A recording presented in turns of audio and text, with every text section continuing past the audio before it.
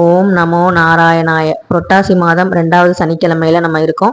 இன்னைக்கு பெருமாளுக்கு நல்லபடியா நம்ம சாமி கும்பிடணும். அதுக்கு முன்னாடி எல்லார் வீட்லயும் பெருமாள் கும்பிடுறவங்க கண்டிப்பா ஒரு உண்டியல் வச்சிருப்பாங்க.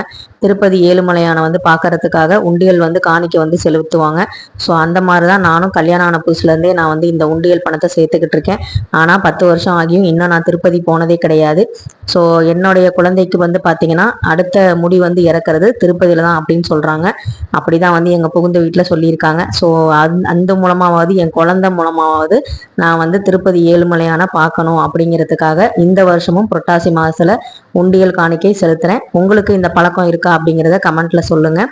என் குழந்தை கையால் இந்த வருஷம் வேண்டிட்டு சீக்கிரமாக நம்மளை ஏழுமலையான் கூப்பிடணும்னு சொல்லி வேண்டிக்கோ அப்படின்னு சொல்லிட்டு காணிக்கை போட சொன்னேன். அவனும் நல்லபடியாக வேண்டிக்கிட்டு திருப்பதி ஏழுமலையானுக்கு கோவிந்தா சொல்லி அந்த உண்டியல்ல 11 ரூபா காசு போட்டான்.